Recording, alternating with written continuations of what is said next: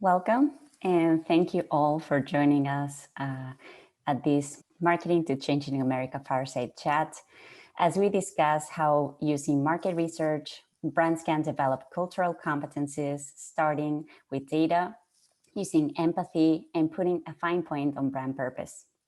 My name is Esther Elkos, and I'm the chair of Career Development and Networking Events at the American Marketing Association New York.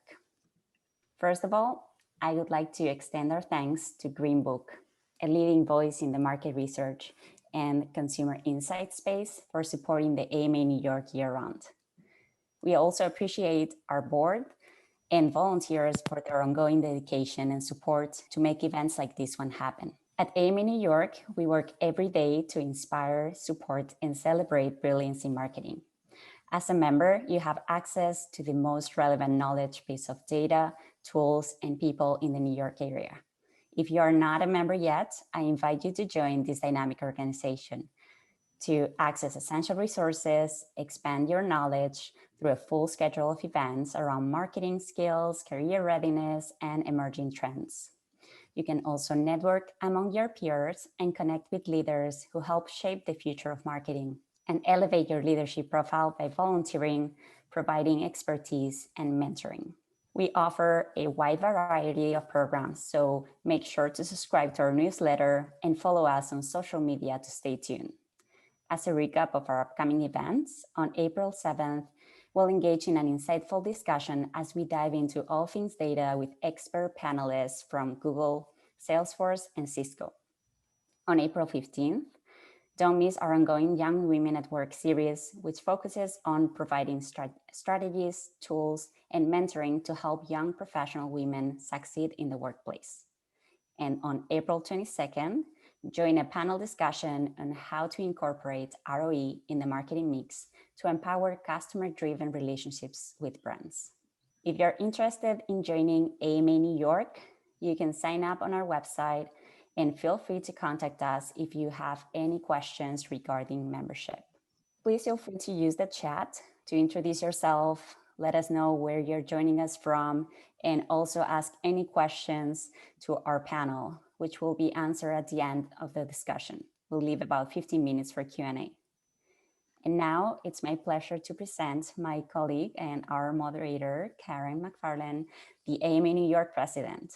Karen is a seasoned marketing executive with over 25 years of global experience in technology, finance, education, and entertainment. In 2007, she founded the B2B strategic marketing practice, K Media Partners, to help the C-suite devise revenue-generating marketing programs that elevate brand image, improve marketing productivity, and build strategic partnerships that grow their business. She's also partner and chief marketing officer of Letter Shop, a boutique agency for B2B startups and enterprises. Karen, please take it away. Thank you, Esther, for the lovely introduction. And thank you to everyone who has joined today, and also to my guests who have agreed to participate. We're doing something a little bit different. This is not a formal panel. It's simply a chat among four people that are super interested in this topic. So just imagine us in your living room with coffee in hand, and we're just sitting there chatting it up, trying to solve, I don't know, the problems of the world. Who knows, right? So it's just an open discussion. Each one of us can pose questions to each other. We can, go in very different directions. It's essentially unscripted. It could go very wrong, but I'm sure it will go very right. So I'd first love to introduce my co-hosts, Cheryl Stallworth, Craig Charney, and Mario Carrasco. And I'll begin with the ultimate conversation starter. Tell me about yourself. So I'll start with Cheryl. Oh, no. I'm one of the founders of Shed Light, and we are a social impact consultancy that helps companies, organizations, nonprofits develop purpose-driven strategies. So I'm looking forward to the conversation on purpose today. And our focus is really bringing to light unheard voices of members of our American population that we don't hear from. And we typically focus on people that are sliding out of the middle class, which is about 80 to 100 million people. So it's a super segment. And we think that it's important for organizations to understand the needs of these folks so that not only they can still focus on driving business and building brands, but they can contribute to society as a whole. I previously led Firefly, which is Kantar's qualitative insights uh, boutique, and started my career in brand management, product management at places like Coke and Colgate. Awesome. I'm going to pop it over to Mario. Hi, everyone. Pleasure to be here. My name is Mario Carrasco. I'm co-founder of Think Now.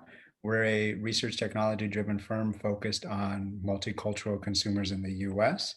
And we also own and operate multicultural panels in the US. So respondents from diverse backgrounds that have opted in to take surveys on a regular basis. And we also launched one of the first MarTech tools focused squarely on the multicultural consumer called Think Now Connect. So looking forward to this discussion. Craig, over to you. Thanks, Karen. I'm Craig Charney. I founded Charney Research a couple of decades ago. I got into the market research business in a funny way. My first client was Nelson Mandela while I was a graduate student in South Africa, helping to set up his polling, and Bill Clinton in the USA. And from these, I learned the importance of being able to reach out both to global markets and to diverse audiences in this country. That's what we focus on now. We have pulled in everything from handicapped people to Nigerian and Ethiopian Americans, to most recently a specialty study that made us deal with hard to find immigrant communities here. We also reach hard to find communities abroad as well. And that's why I'm part of this discussion. So I think I was saying to you guys earlier that I just love the diversity in this panel itself in terms of what you do, right? Because we're focused here at home. There's hard to reach markets, overseas, over the pond, abroad. And Mario has this very data-driven approach to, how he engages with these audiences. And it's all around this concept of brand purpose and supporting marketers, and also obviously furthering the market research field. So thank you all for agreeing to join today, because I think all of your different perspectives is really going to add to this chat and provide some really meaningful thought starters for marketers who are looking to up their game in this way. And I love the premise of this chat, marketing to a changing America, because I think the premise is right and wrong at the same time, right? So America has always been changing, and marketers have always had to adapt to that, and market researchers have also had to adapt to that and supporting that effort. So is this just the next wave or a new wave? Is it really so much different from before, or is it that so many eyes are on this moment that the change feels more energized or ingrained in the culture in our future? What do you guys think? The change is happening, and it's phenomenal. I mean, as the senior citizen on the panel, when I was born, America was 90% white, and the following year, the world's first satellite was put into orbit.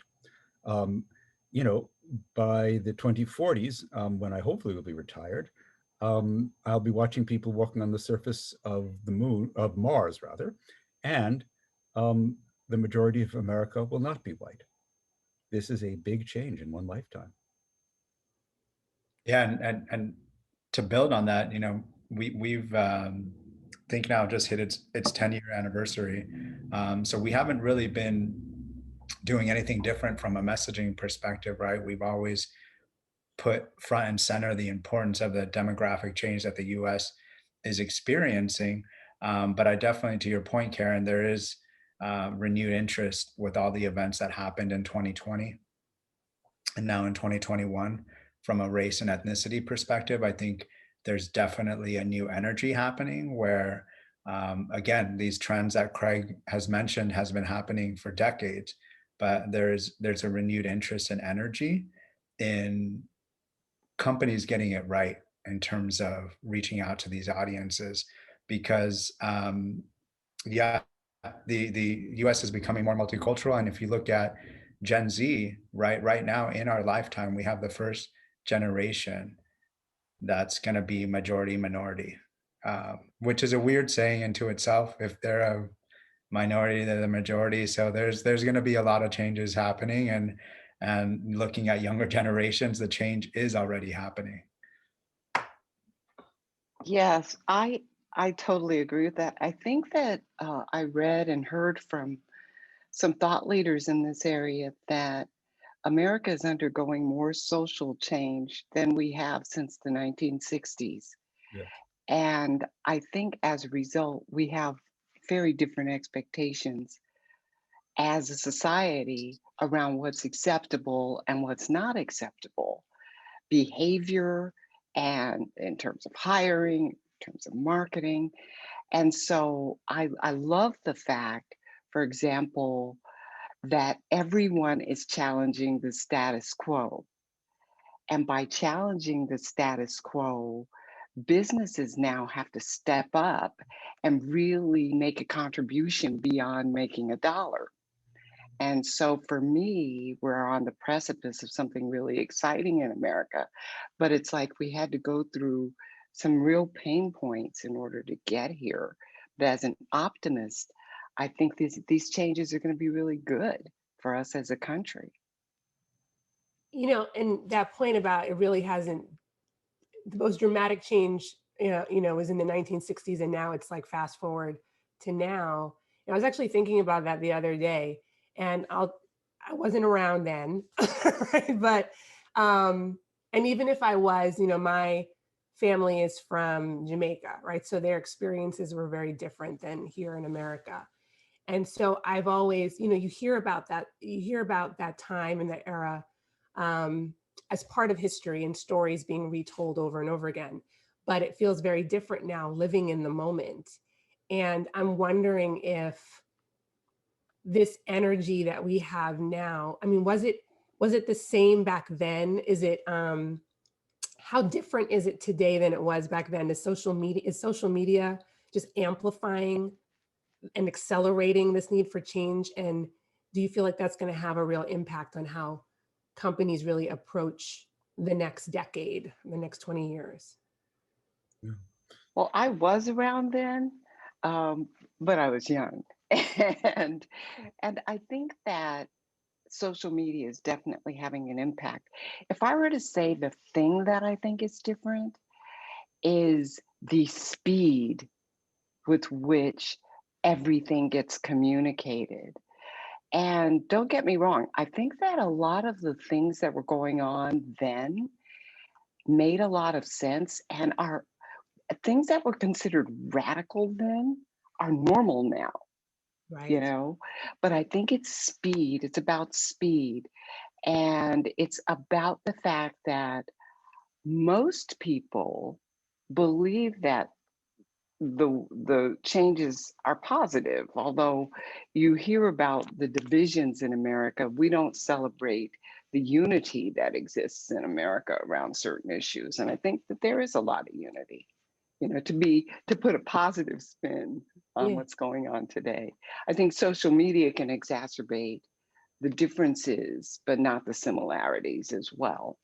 That's a good point. I don't know if I answered your question, but no, it's kind of the way I see it. The thing is that at that point, the question was really attaining citizenship for people who weren't white males, whether they were Black, whether they were Chicano or Latino, whether they were lesbian and gay, but all the people who'd been excluded one way or another from full participation. Now what's happening is that that's been achieved in a formal sense, but people actually are demanding and using those rights for the first time. They're actually demanding citizenship in the full political, economic, and social sense as well. And that's why that, along with the technical changes, are why things seem to be happening so fast. I mean, my thought leader at this moment is one V.I. Lenin, whom I've heard quoted many times in the last year. There's a famous line from him which says, there are decades when nothing happens, and then there are weeks when decades happen. And last year has been one of the latter periods where there are literally weeks when decades happen. And that's been true whether we're talking about the way Black Lives Matter put race on the agenda directly, or whether we're thinking about the really dramatic increases in a matter of weeks in online purchasing. Um, Things are really, happening in very fast motion. But they're happening, had the 60s not happened, what's happening now would not have been possible. Yeah, and I want to tie it back a little bit to a business perspective. I mean, Cheryl made a really good point about companies going on beyond making a dollar, right? And that's true. But I also think something that's fundamentally different about the 60s is that now companies understand that it does make sense from a moral and ethical perspective to be inclusive, but it also does make business sense. And that helps accelerate cultural change, right? Because not only, and business sense, not only from the numbers that we're talking about in terms of demographics, but diverse consumers in the US are driving cultural trends regardless of their size. I mean, look at Black culture, look at Latinx culture, outsized impact in terms of what we consume from an entertainment perspective, from a food perspective, right? Like, I think I think that's also accelerating cultural and social change in a way that's different than any time we've ever really experienced. But and I totally agree with that. And what we've always had, Black and Latinos have always had a cultural impact, right? Like I can't think of many things where, you can't point back to, different ethnicities touching that, right? But businesses weren't paying attention before. So right now they're like, oh, wait, this might be important. And I don't know, maybe it's the consumer, this next generation of consumers, they have a different mindset about what they are entitled to. They've grown up with those rights in hand, right, that haven't been fully exercised, and now they want to implement them. They are demanding change from the brands that they associate with. And consumers seem to be driving all of this in a very different way than it was before.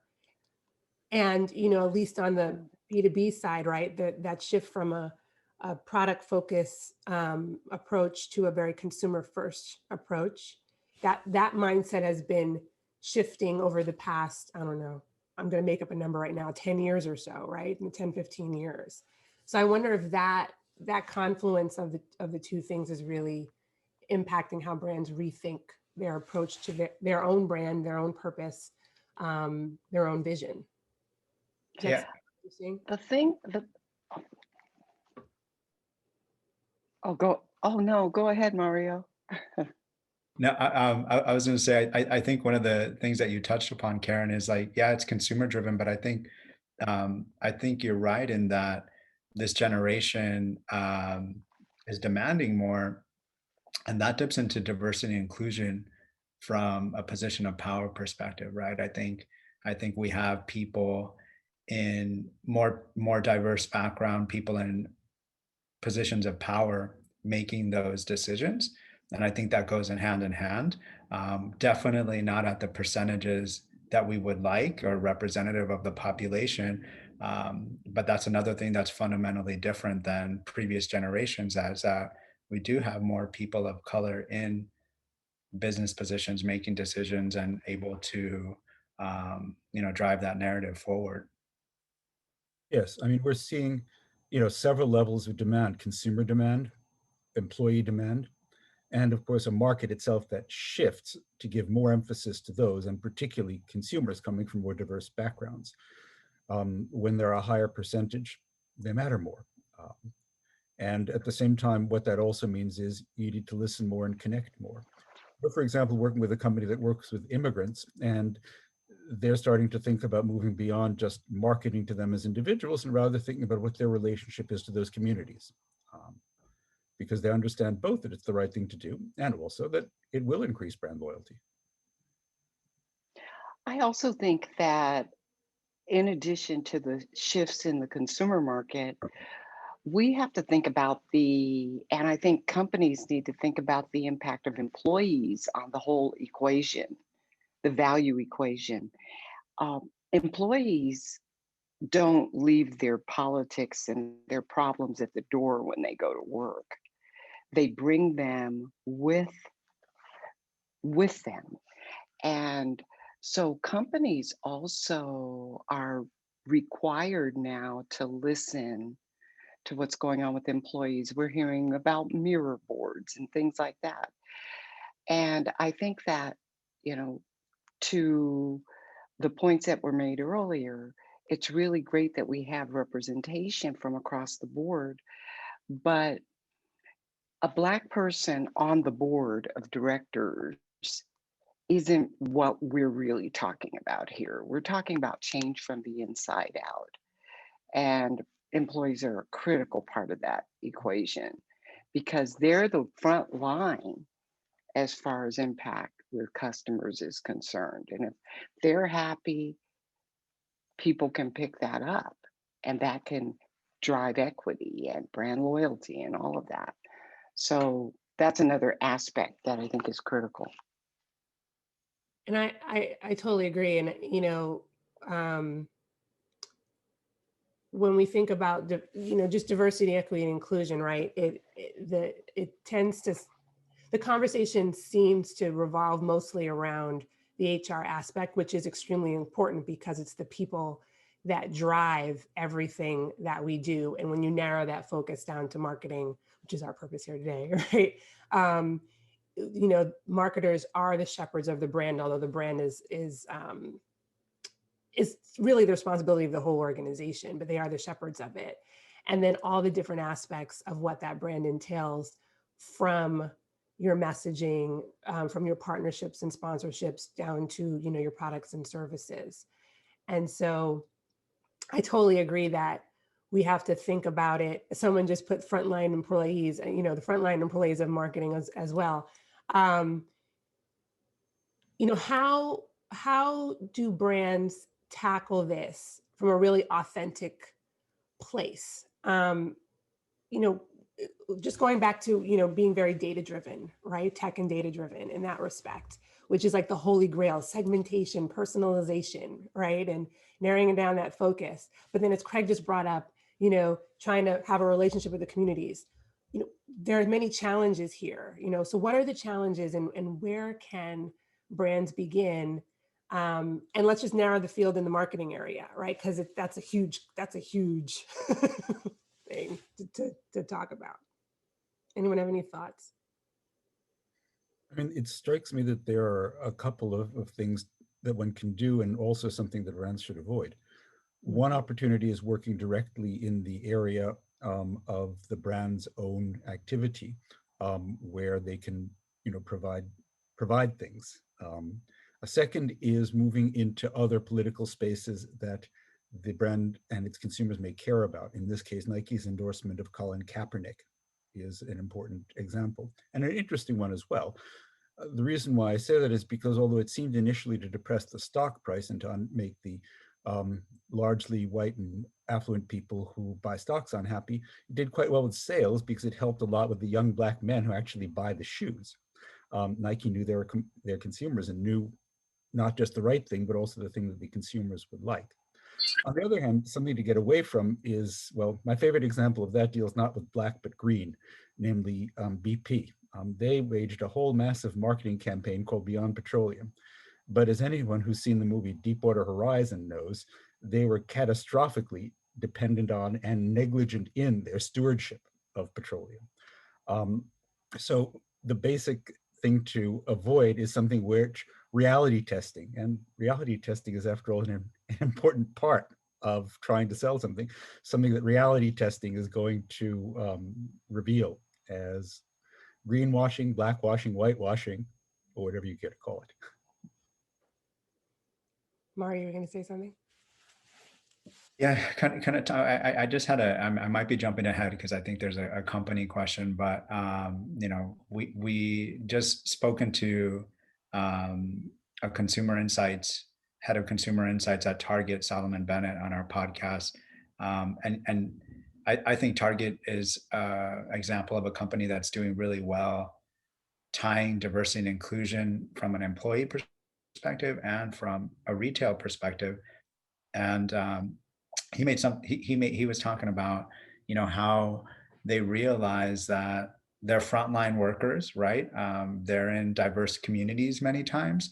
And that's a whole untapped respondent pool there's seemingly a wall between marketing and HR that I think Target is successfully starting to chip away at, and starting to talk to their employees in the stores to realize not only what they want, from a work experience perspective, but also from a marketing and product perspective. And I think that model, Craig's alluding that a little bit into it with Nike, but from a retail perspective, having this kind of untapped respondent pool in your own employees, I think is a great step in kind of tying diversity and inclusion initiatives from an HR perspective and a marketing perspective together. And I think, I think Target is an example of a company that's doing that really well.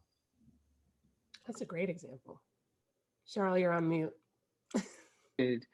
I think Target does a lot of things really well, Mario, and I couldn't agree with you more. The employees that's huge. I just returned something at Target, and it was a difficult return. And it reminds me of a little Ethiopian girl that we ran across who was adopted. And people asked her what her favorite experience was in America, and her eyes got really wide, and she said, Target. and I was at Target making this return, and I just, under my breath almost, I said, Target is great. And the employees said, yes, Target is great. And employees will tell you the truth. They really will as a consumer. So I think they're great, but I think they're great for another reason. I talked about this super segment of underserved consumers who need to be able to buy things economically. And when you go to Target, it doesn't matter what your place in the economy is. They make you feel good about your purchase. And I think that if brands are going to appeal to people who don't have as many resources as they once had, the approach that Target takes is great because they have a shopping experience that makes you feel good about yourself, irrespective of how much money you have, knowing that you're going to save money. And so I agree with you, Mario, 100%, but I also think they appeal to a broader group than just a multi-ethnic segment. And I'm sure, I don't know what Target's stated purpose is, right? But just to put it out there, purpose is about why you exist. And not the what or the how, but the why you're doing what you're doing. And this is a great time, and you're seeing that brands are really focusing on the why and reevaluating what that means across all of their different touch points. And that's why I like that example that Target is looking at their audiences a little bit differently. And I think a lot of brands are stumped, right, as to how do they now appropriately target these newer audiences that have always really been there, right, but they haven't really focused on. And what are marketers' deficiencies in these areas, right? So especially when it comes to, I think market research here is like the superhero in this story, right?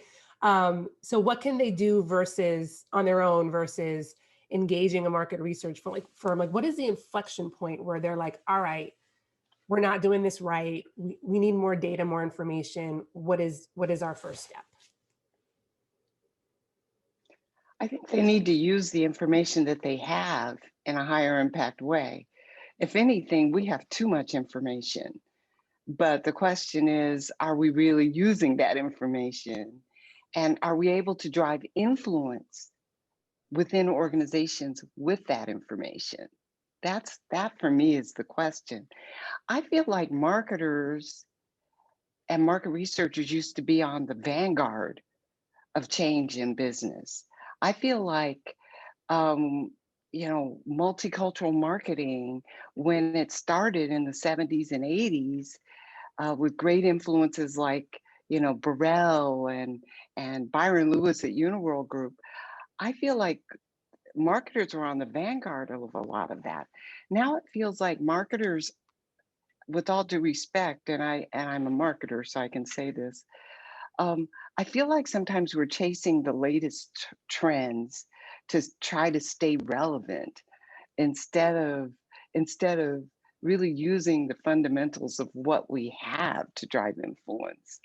But that might just be me, but it feels like we're always, let's try this, let's do that. And it's, I don't know, it rings hollow at times. I What I think would we have a lot more power and opportunity than we're demonstrating as a profession. What I would think is that we may have too much information in some respects, but too little in others. Um, there's a lot that's out there from customers' own data and from social listening, but oftentimes this makes it hard to quantify or really understand specific populations, especially populations that you don't have that much access to. And this is where market research is not a replacement, but rather a complement to various other kinds of listening. How you listen, though, matters, and you need to do it in ways that actually make it possible to hear. I mean, for example, in the early 2000s, we started offering all our US surveys in both English and Spanish. And when we did that, we found the Spanish response rate increased by about 1/3. Or to put it slightly differently, if you don't offer it in Spanish, you're losing out on 1/3 of the Latino community. Likewise, as the overall size of new immigrant communities, the African, particularly West African and Caribbean communities comes to mind, for example, a willingness to look at them and differentiate among them as well becomes important. Similarly, among different kinds of Latinos, Cubans, for example, are not Mexican Americans, who are not Puerto Ricans or Dominicans. This is even where the sort of specialty panels that Mario was talking about can come in very handy. So you need to be able to listen, and you need to be able to listen in such a way that you can actually hear them. I love that point. Mario, you look like you want to say something. No, I was just like, it's hard to follow these two. I mean, they're such great responses, but yeah, I mean, I think Cheryl and Craig both make great points. We work with a lot of companies just starting their multicultural research process, and one thing we found, Cheryl's right, they have a ton of data, but it's not representative. And kind of getting into the weeds of market research, as you start to dig into samples, it is hard to find those specific samples that Craig is talking about, right? It's hard to find in your general panels Spanish dominant Hispanics. It's hard to find good representation from different country of origins, whether that's Latinx, whether that's different Afro Latinx, Black respondents, to get good representation, Asian. So as we always look at the data that companies already have, and many times, unbeknownst to the consumer insights person in that company, their sample is really just not representative, because it's easy to just go out there and get gen pop sample without really kind of any rigor into how that sample was put together. So I think a good first step would be for companies to take a look at their data, a hard look at their sample and their sample frames, and say, okay, was this actually representative? Because many times we end up just starting from scratch. And to Craig's point, right? Like, just offering in a different language, Spanish, maybe depending on the DMA, maybe it's another Asian language. Your data is going to have a completely different look potentially than all the longitudinal data that you've been doing for the past, several years. Yes, I want to speak a little bit about brass tacks, in fact, because in general population samples, we're not talking about binary difference between white and non-white. I mean, I did my PhD thesis on Stephen Biko in South Africa, and he said, I hate the term non-white. We are not defining ourselves by who we are not. But if you get away from that, unlike in South Africa, where people who are not white just chose to call themselves Black, in this country, there are many, many different communities, and general population samples don't necessarily get them. Now, there are solutions. One is the joys of oversampling, and there are various technical tricks, which I won't bore you with, that you can use in a random sampling via telephone or internet. or in person to get bigger samples. The other is looking either at qualitative work or at specialist online panels that help. Now, the fact is that in a world of online research, it's much easier to do big samples where you're actually likely to have larger numbers of small communities. Nonetheless, it may well be worth, depending upon who you're looking at, doing things either to boost them up or to zero in on them in order to find out about this.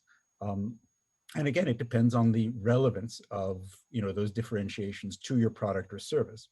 In the case, for example, of the company we're talking to that deals with immigrants, it matters a tremendous amount. To others, it may matter less, or the distinctions that count may matter less. But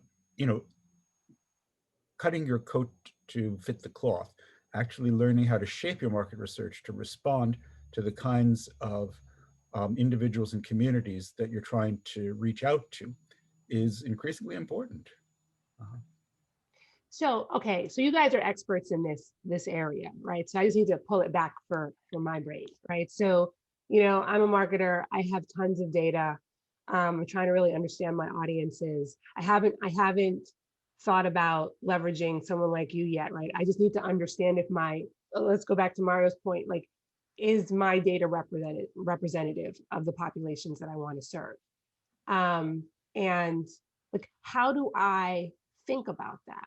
Right.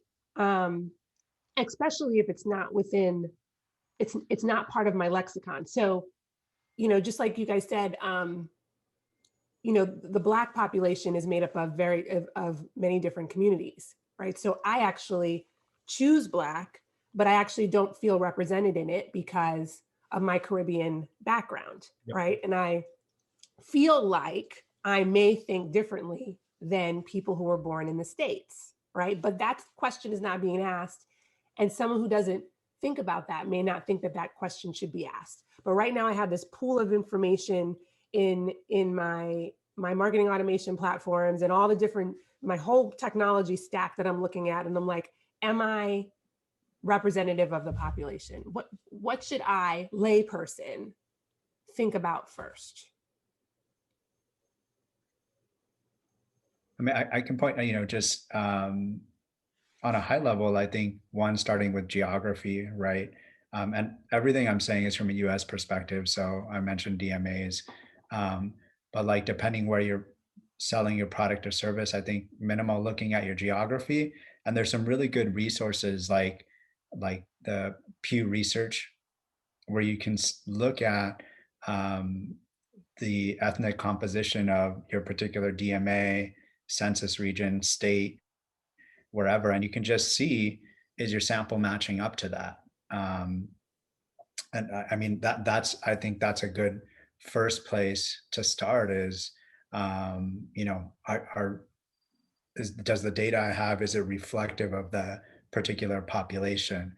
I mean, to your point, Karen, like getting into, identity and how one identifies, I feel like most marketers aren't even there yet. Like if they're not, they don't even have necessarily the diverse sample that, Craig was talking about. So I just kind of think overall looking at population, but people that are further along in that multicultural marketing research journey, I think can question it from that perspective, right? How does one identify Black versus Caribbean, Latino versus Afro-Latino? I think those are some nuances that people that are further along in the journey can start to look at.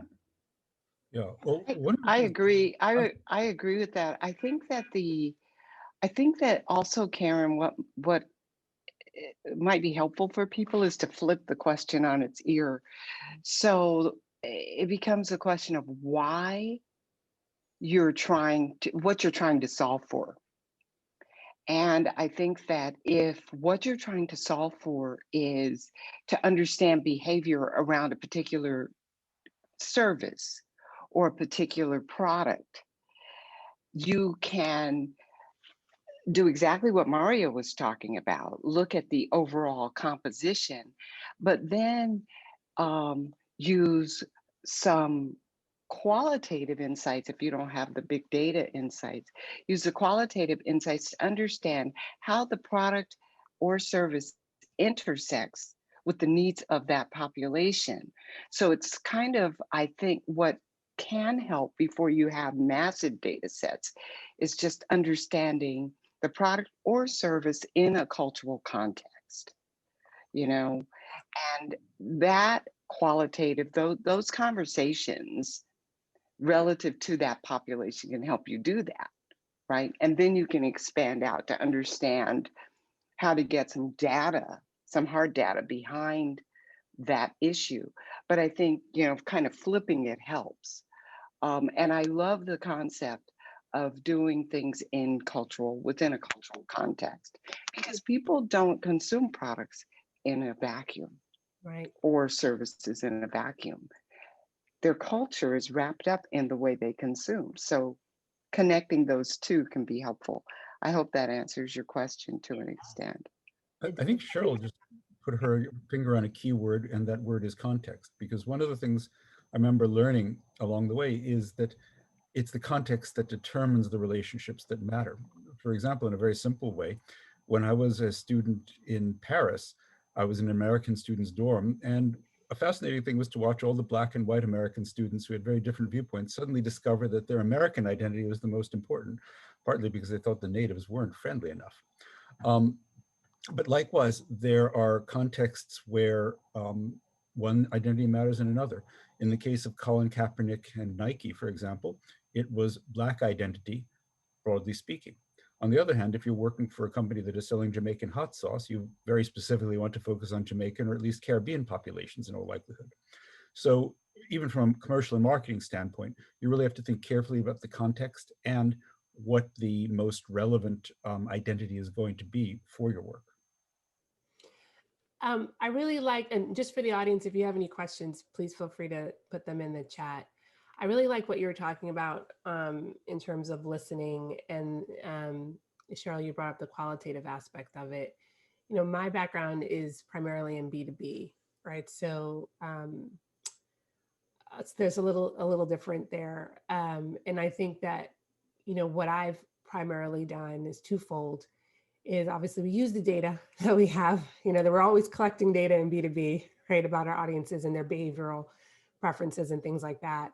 But what I also love to do is to have small, you know, focus groups or working groups or whatever you want to call, whatever fancy word you want to call them, but put a bunch of potential customers or even actual customers in a room and talk about what their challenges are, what their hopes for the future are, and, you know, their wish list and all of that, even outside of the actual product that they may be. I'm primarily do tech, the product that they actually may be using, but just overall really understand the landscape to get some of that qualitative stuff and really listen, because there's an opportunity to find opportunities, repeating that word, just through having those informal conversations, and even going to conferences and or webinars or Zooms or whatever, and listening to these thought leaders and getting that perspective from the, you know, qualitative approach to complement the data that you're looking at, because the data, yes, can tell a story, but it doesn't give you the context around the full story, right? Do you find that on the B2B side, right? Am I doing it right? And is there something else I could or should be doing? Well, I think in a B2B context, it's absolutely right, because the thing that what we're talking about allows you to do, and I know it's a used up term, but it allows you to co-create. It really does. And in this era where everybody is an expert on everything, even if they're not, that co-creation is key. And in a B2B context, people will tell you what they need and what they want, and it gives you ideas for how you can then go and develop against that and test against that. So I think it's very much the right way to think about it. I wouldn't do anything without talking to people first. All right, I'm glad. No, you've got to keep your ears and eyes open all the time. What smart people are saying in person or in their writings is important. What ordinary people you may run up against is important. What you read in the papers may be important. But as Mario said, the key thing is representativeness, because very often we find that a particular idea or trend highlighted in the press may well be there, but by no means on the massive scale that the article might imply. And I think this is true for B2B or B2C. But I also think that a lot of times, I agree that it may not be there yet, but depending on who you speak with, and there are a lot of forward thinking organizations that you can use to get respondents that are sort of the trend leaders, right, and thought leaders. And what I like to do is identify trends that are maybe one or two steps ahead of where people are, to test those hypotheses, to test the hypothesis out for future development, so because you don't want to be behind the curve as a marketer.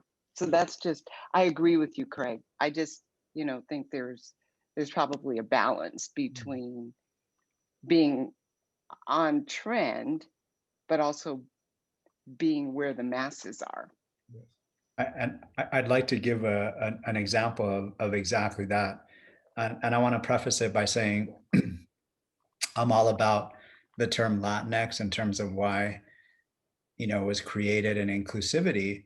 But I think Latinx points at exactly this tension that Craig and Cheryl are talking about. Marketers and politicians were actually very quick to jump on the term Latinx. And so we actually did two studies on the adoption of this term among US Hispanics. And I think it points to, for us in the white collar world, on our laptop, social media, it seems like everybody's referring to themselves, and everybody in the Latino community is referring to themselves as Latinx, when in fact, no more than 3% of US Hispanics identify as Latinx. So this is an example of representation and forward-thinking trends. And so as a brand or a company or a politician looking to reach Hispanics, if you're looking to reach the broadest number of Hispanics, Latinx is the worst term that you can use. But if you're doing it to be inclusive and forward-thinking, then it is a good term to use. But yeah, I just wanted to bring up that example of forward-thinking versus representativeness. So we'll do it. What Cheryl likes to do is flip it, right? So we've been talking about what marketers need to learn, right? What can market researchers do proactively to help marketers get into this headspace around thinking about inclusivity with respect to their brand, their purpose, and that and proper representation, right? So how can we direct the other side of the coin here? I mean, for us, I think what we use, and I'm stealing this from one of my colleagues, is it not only makes sense from an ethical perspective, SENSE, but it also makes sense, like CENTS, right? Like, so we always lead with the financial opportunity, because it's much easier to have these data-driven conversations and get to the emotional stuff, hopefully eventually.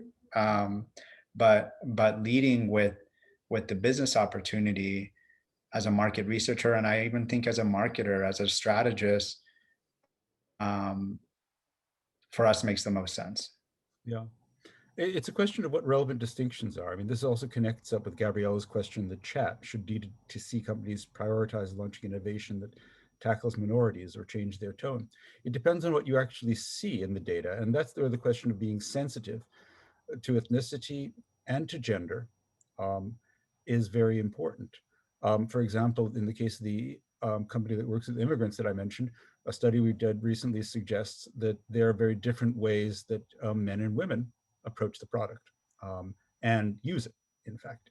That actually is, full of implications for marketing, particularly, in an era when we have such precision. Because one of the things we haven't mentioned is the availability of really precision tools in terms of our advertising and marketing. And we now can see what is out there. There are cases, as I mentioned before, where ethnic distinctions may be less relevant than racial ones, or where it may be a national identity. Think of the Super Bowl ads.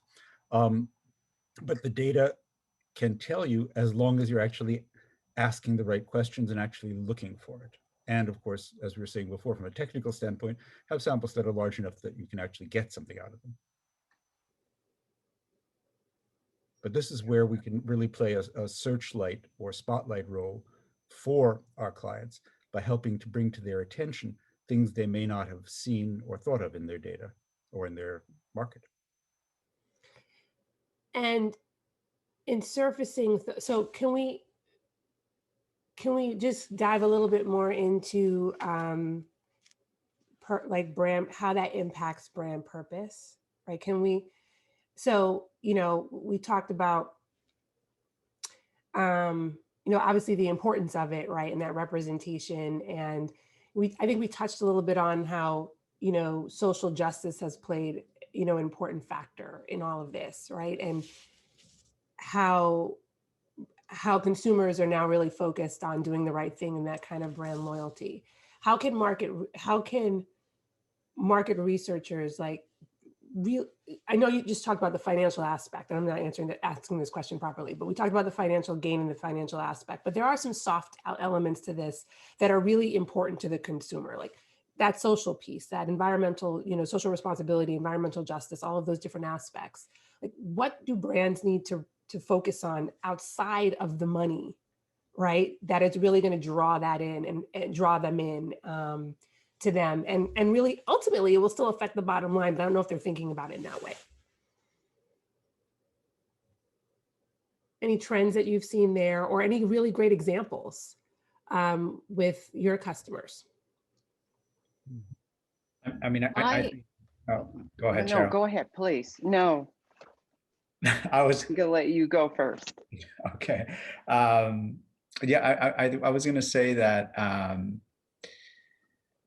you know, I think consumers now are more savvy than ever when it comes to sniffing out authenticity. So wherever brands or companies choose to go from a social justice perspective, from an environmental perspective, they really need to take inventory in-house of their own mission and principles before embarking on anything. So I think that's where it should start. And I'm taking that example again from Target. I don't work for Target, so, but it's just it's just an example that's top of mind for me. But I think they try to get their house in order from a diversity and inclusion perspective before making any kind of meaningful initiative. And I think that's first and foremost, because again, these consumers, diverse consumers, younger generations, are extremely savvy when it comes to sniffing out inauthenticity. So you need to make sure that whatever you're doing, whether that's from a social justice perspective, from an environmental perspective, is in line with what you're doing as a company, right? You can't put out an environmental initiative when your entire supply chain is, you know, is detrimental to the environment, or put out a diversity and inclusion statement when you have terrible diversity and inclusion practices, right? So I think taking internal inventory is key. Yes, I mean, likewise, it's Yeah, hard while you're paying your staff when you're also trying to crush a union effort in Alabama, as Amazon is now trying to do. But one thing that I would make is that the question of processes that promote transformation is something that actually we can help with. For example, something that I saw in South Africa was that companies began to transform themselves. They complained there wasn't enough Black talent available, but then they actually offered scholarships that led to internships and careers with their communities. And it's one of the reasons why some of the companies have actually made progress in promoting Black management. Another piece, of course, is simply reaching further than you've gone before, say reaching out to HBCUs and other places that are not the traditional places that companies, both marketing agencies and advertising agencies, as well as their clients, recruit from. And that's certainly something that can be encouraged as well and can be publicized as a positive marketing point. Sorry, Cheryl. No, I was going to say this isn't an example of a business that I work with today, but I used to work at Colgate, and I lived in Latin America off and on for about 8 years. And the thing that they did was really interesting. If purpose is defined as, not only what you do to make a buck, but what you do beyond that to contribute to society, um, I think their purpose around oral health, which is, if I can read it, it's they empower everyone to master their oral health, and everyone has a right to a bright, problem-free smile.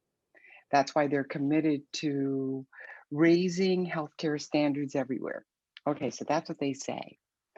And what they've done in Latin America for probably the last 60 or 70 years was, in addition to having great distribution system, great marketers, great advertising, all the business stuff in place, they partnered with dentists and schools to educate children on oral health and give out samples, hundreds and thousands of samples every year.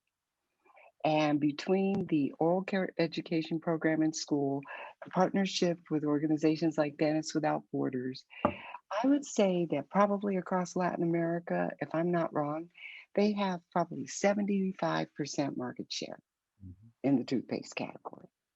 That's a good business, you know, and they are synonymous with oral health. Mhm. So it is a great example of your purpose being inextricably linked with what you are able to deliver as a brand. And I think that that's one of the best examples I can think of purpose-driven marketing. So when they, in the United States, when people migrate, they're bringing their habits with them from LATAM. So that's helping grow their business. And I think that it's a critical thing. They've also always had programs within the African American community. So it's not about slapping the Black Lives Matter banner on your website after George Floyd is murdered, to show that you are down with the people. It's about understanding why you exist and finding organic ways of delivering against that promise in a way that's authentic, to Mario's earlier point. That's a wonderful example, Cheryl. Thank you for that. We have 2 minutes left, so I have one final question. So kind of like Oh, I ate up all your time. yeah, we all did it. We had a great conversation. So I have a very simple question. What does the future of marketing look like? And I'm going to kick it off with Mario, because Mario, in your end of year report, you said intersectionality is the future of marketing in 2021. And I actually agree, but I wanted you to dive into that. So lightning round, and then we'll close. Yeah, I mean, my hope is that multicultural marketing just becomes marketing, right? To Craig and Cheryl's earlier point, like the U.S. is changing. I hope all of us as marketers and market research start to just think more inclusively and not segment out multicultural and diverse audiences, that it just becomes marketing. And then to the point about intersectionality, I think self-identification, we touched a little bit on this in this conversation, but how we self-identify context is so important, right? How I identify on a professional panel like this is much different than how I would identify with my family or my friends. And understanding how we identify in particular use cases, to Cheryl's point, we don't buy things in a vacuum. We don't interact with things in a vacuum. It's all cultural background, cultural context. And I think that's where this idea of intersectionality comes in, right? I think about things like video game culture. That's a whole culture unto itself.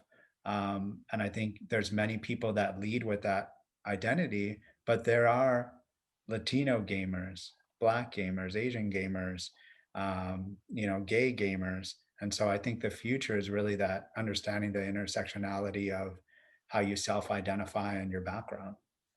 Thank you. Craig?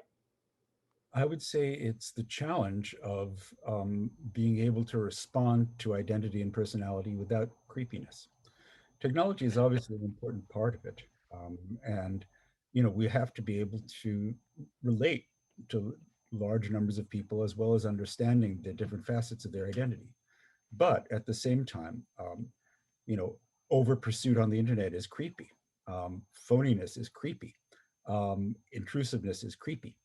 So really trying to master that challenge is going to be a very important one. And if we can manage it, then the future of marketing will be bright. But it means listening about how we market as well as what we market. And Cheryl? I think Janelle Monáe said in that song, Tightrope, you either follow or you lead. And I feel like we need to become seen as leaders again as marketers. I'm not so sure we are, as I said before. So, to the extent that we can use all of the data that we have, all of the information that we have to define a purpose that really makes a difference while still driving business, I think that's the key. And if we can do that, other things become much easier, because it gives you that North Star. So, in short, I would say focus, go to school on things, on brands that are really, really doing that well, and try to contribute that to your company and your brand. And listen to consumers, but also listen to employees. Thank you. I think the future of marketing starts here with people who are really vested and interested in making this change and marketing to a changing America. So I want to thank everyone for joining us today and for my wonderful co-host for this conversation. And back to you, Esther. Thanks, Karen, for moderating such an engaging fireside chat. And of course, thanks to our panelists, Cheryl, Craig, and Mario, for sharing your insights in such a relevant topic. We hope that all of you have enjoyed this conversation and that you walk away with actionable steps on how to bridge cultural gaps and better connect with your audience. If you're interested in diving deep into all things data, don't forget to register for our next webinar on April 7th. And I hope you have a wonderful rest of your day. Thank you.